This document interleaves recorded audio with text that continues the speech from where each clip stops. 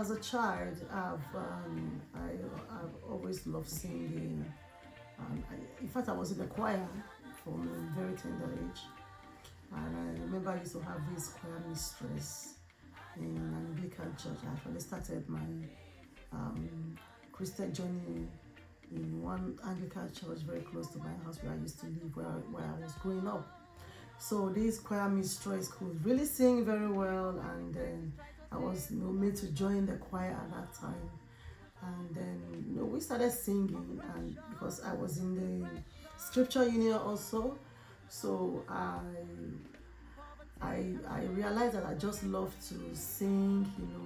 Hearing my own voice kind of comforted me as a child. Just growing up to know what is really happening around me. So singing was one of the things that I loved doing when I'm working, when my mother, my late mother, may her soul rest in peace, when she sent me any errand, I always love to sing while I am going. So yeah, I would say the people around me that and my own voice kind of inspired me to start singing. Yeah. I remember that I used to write songs down. I would write them out when I listened to songs on the radio, or this was the days of the cassettes, the little cassettes with the radio. And I could remember that when I played any cassette that I like, I would bring out a book and write it out. And I would kind of sing along, especially Celine Dion. Celine Dion was one of the musicians I really loved then. I could write the songs out, try to lip sync them, try to make sure that, that I know how to sing every word to word. And it's not as if I was a great singer then. I couldn't really sing, but I just loved, the things I was hearing, the songs, the lyrics of the songs. They were so, they're so nice.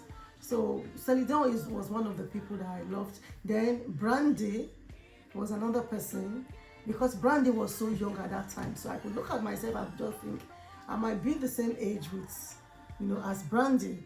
So, and I never even knew that I could write a song that I would be able to sing one day. So Brandy inspired you? Brandy is one of the people that, I would say yes. Good. What's your favorite song that you've ever written and why? Okay, all the songs, I've written over 70 songs so far, and they're all on Instagram. I have some on the YouTube channel, my YouTube channel, and I have some on Spotify and over 32 platforms. But I will not say I have a favorite of all the songs, because every song means something, a different meaning to me, something different, because every of my song is a story. It's a story of my life, a story of what God did in my life, how I appreciate God, a story of my worship. That is what it is. But one of the first songs I ever wrote was "You Are Worthy." That was in 2016. That was my first album. "You Are Worthy" was one of the songs that I loved so much. Then followed by "I Found Yahweh," which of course some people these days they call me "I Found Yahweh." It's funny, but yeah, those two songs are just. So there is this song in one of my albums in 2019. It's called "I Shall Not Die." Okay, the reason I wrote that song was that I was very sick. There was a time I was so sick. There was this particular day I couldn't stand up from the bed. I could not even open a car and get in. That was when I knew that for you to be able to open your car and get in and drive is a privilege. You should not take that for granted. So I was so sick. I was at the hospital in and out, and all sorts of tests were done. I was under different kind of medications and stuff like that.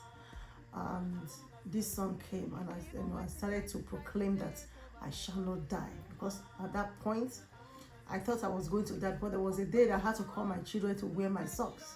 That was how bad it was. It was that bad. So that song, "I Shall Not Die," anytime I'm sick or anytime I'm down, anytime something is happening to me, I just sing it. I shall not die. I shall live to fulfill what God has, brought me into this world to. Okay. And I have a lot of Bible verses that I love, but this particular one, the book of Psalm, chapter 40, verse 1, that says, I waited patiently for you and you heard my cry. That Bible verse, but the song, I Wait on You. I have a song called I Wait on You. This was a time that I was really waiting on God to do some things in my life. And God really came through. He really, really came through for me. And I can't appreciate God enough. So Psalm 40, chapter 1, I would say that is one of the most beautiful Bible verses. The book of Psalm chapter 40, verse 1 is about the song I Wait on You. If you listen to that song, you will hear the lyrics of that song said, I wait on you, I wait on you. God came through for me. In that song, you see lyrics like that. God came through for me, all of my troubles, all of my trials.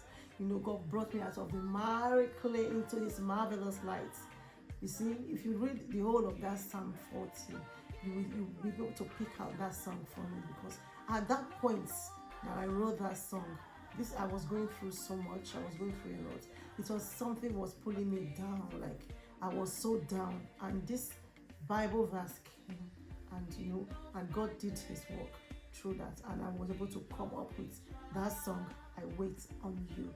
So Psalm 40 is one of my favorite Bible verses, that I pray with all the time, every day.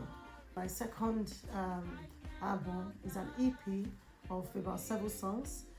It's called I Shall Not Die. That's the title of the album. I have about 7 songs on that album, and I Wait on You is one of the songs. What year was it released? And it was released in 2019. That was just before the pandemic. What is the most difficult thing you've ever had to overcome in your music career? Being an independent artist could be very challenging and overwhelming. And one of the most difficult things I had to overcome during this journey, it's still a journey I'm still going through, is when I had to do some songs. I had to record, and I do not have enough money. And because I'm a family person, I have got children to look after and stuff like that. Then I had to do music.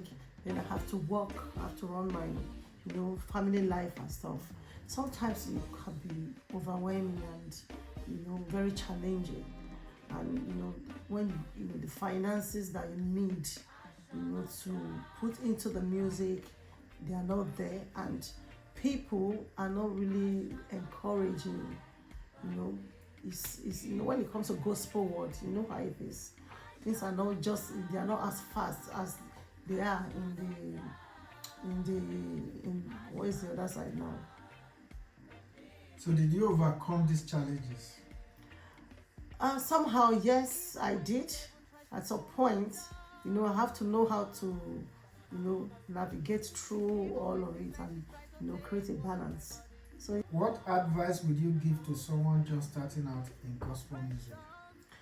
Well, if you're just starting out in gospel music, depends. If you're an independent artist like me, I would advise that you take it easy and a step at a time.